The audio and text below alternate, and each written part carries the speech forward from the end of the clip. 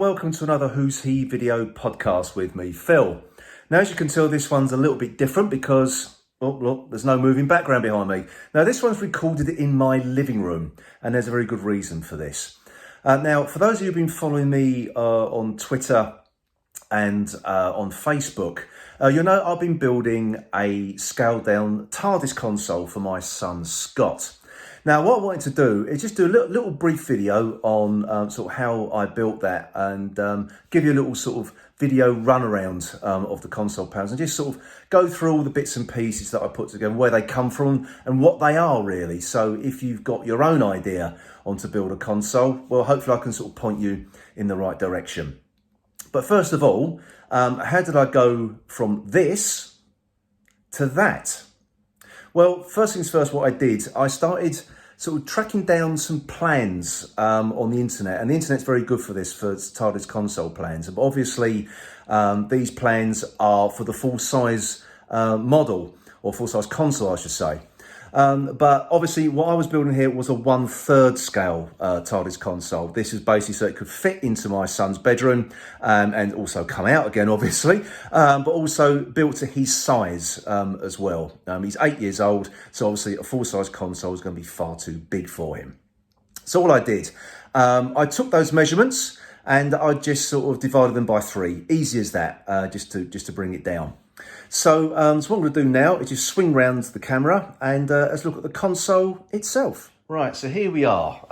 So just give a quick sort of run around on the console here, just so you can get a good look and see all the bits and pieces. But I will be stopping a few panels as we go through, just so you can see what each piece is. And I'll hopefully try and point you in the right direction. Now, one thing that I'm going to say about this console is the fact I had no precision tools to build this with. Ordinarily, sort of professional builders will have a nice machine workshop to construct and build and spray paint, etc., etc.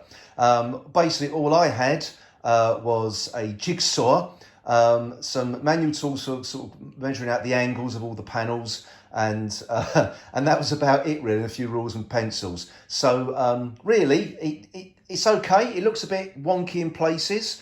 It's not, it's not precision machined as I would have liked it to have been.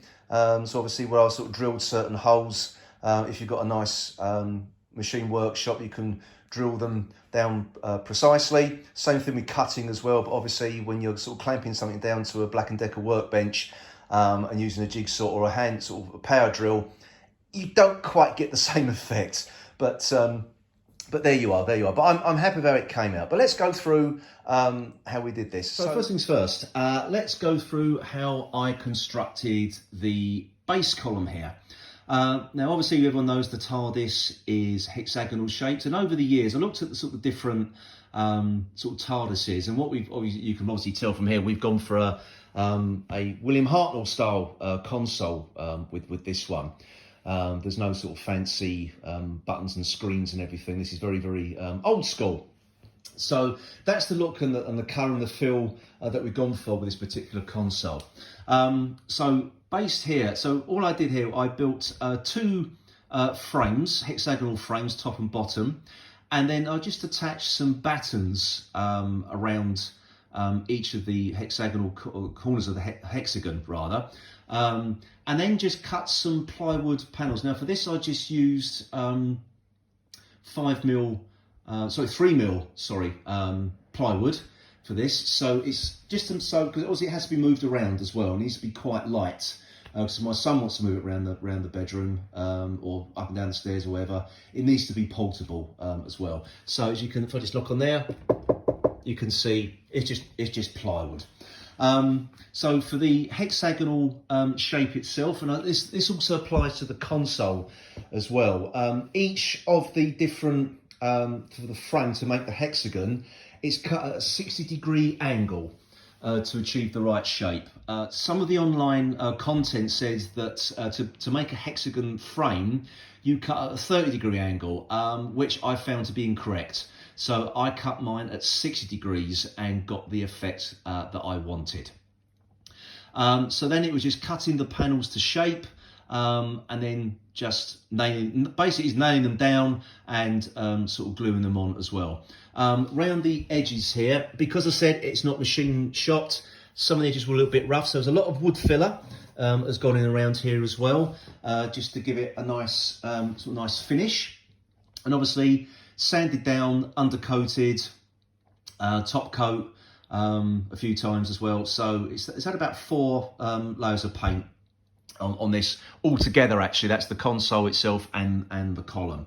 For this here, these were just sort of beading, again cut to shape with a 60-degree angle, so at the hexagon, and then stuck on all 6 sides of the base. And then down the bottom here, again, it's just some more beading, cut to shape, and just painted black to give it like a little bit of a base for the column to sit on.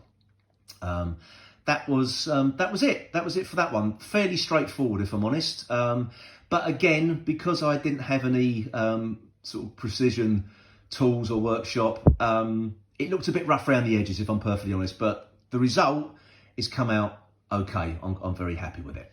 So for the actual console itself, now this was quite a challenge actually. So for this one, this had to have 3 hexagonal frames built for it. So we had the center hexagonal frame here. This is for the, excuse my camera work there. This is for where the center column, or the time rotor rather, will sit. So there's another one supporting it underneath, and then obviously a larger hexagonal frame for the outer ring of the console itself. So as you can see from the photos here, there was like support struts put between the 2 smaller hexagonal rings in the middle, and then the larger ring was attached again just by using battens. And that was it. It looked a bit, from the photo, it looks a bit flimsy, but actually it's very, very rigid. It had a nice solid feel to it, and obviously with an 8-year-old playing with this, I didn't really want it to be too flimsy. It had to be very, very solid, because I say wood, this amount of wood together, it does add quite a bit of weight. So then for the panels themselves, well, first of all, I cut them to size. So obviously, because it's not machine tooled, each one just ever so slightly different, because I couldn't be absolutely exact with all my measurements. So it took a little bit of sort of recutting and readjusting some of the panels to get them to fit. And then once they were onto the actual frame itself, I also put this skirting around here as well.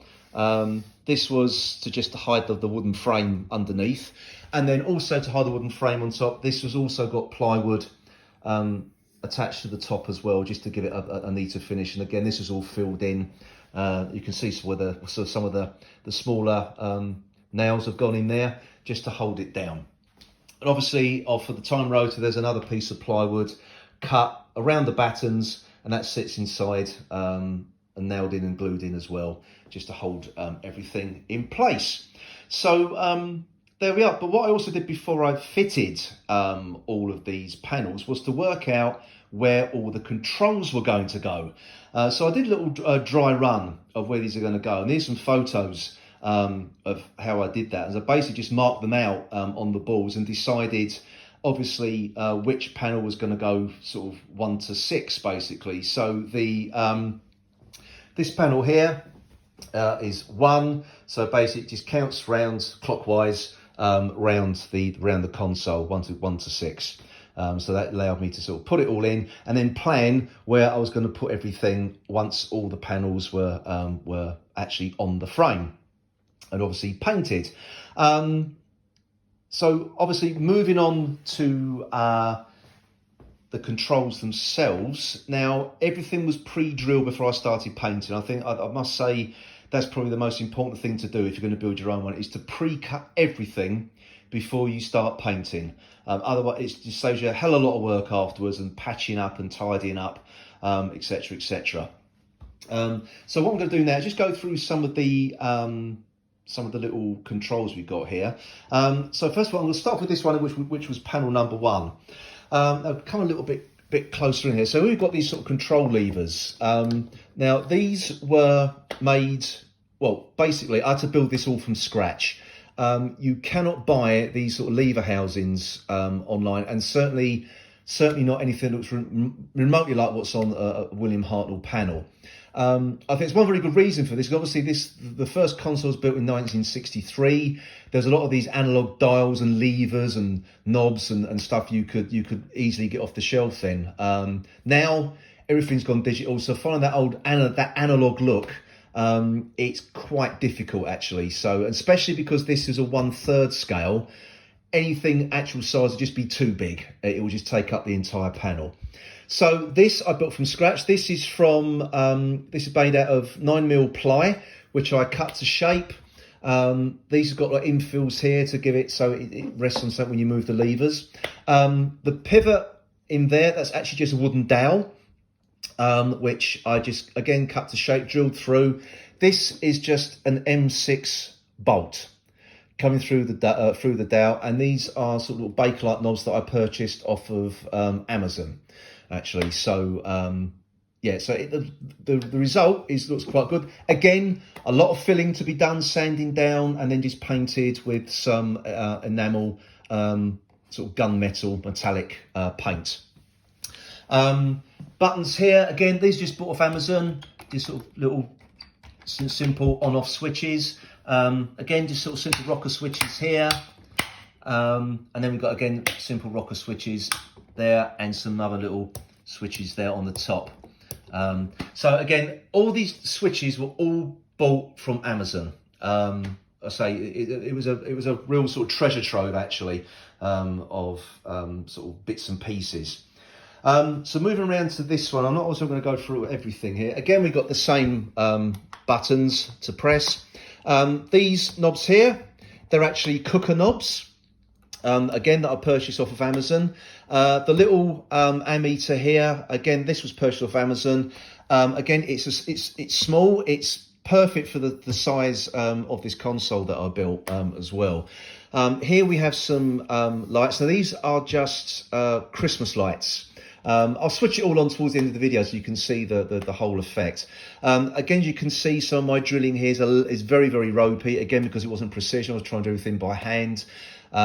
So obviously, if you've got those tools, you're going to get a much better effect. But obviously, it's just drilled through, and the lights are pushed up underneath. And underneath here, there is plenty of sort of gaffer tape, sort of holding everything in place, all the wiring, and also it's just a simple battery pack, which is just wedged up underneath the skirting here with a on-off switch.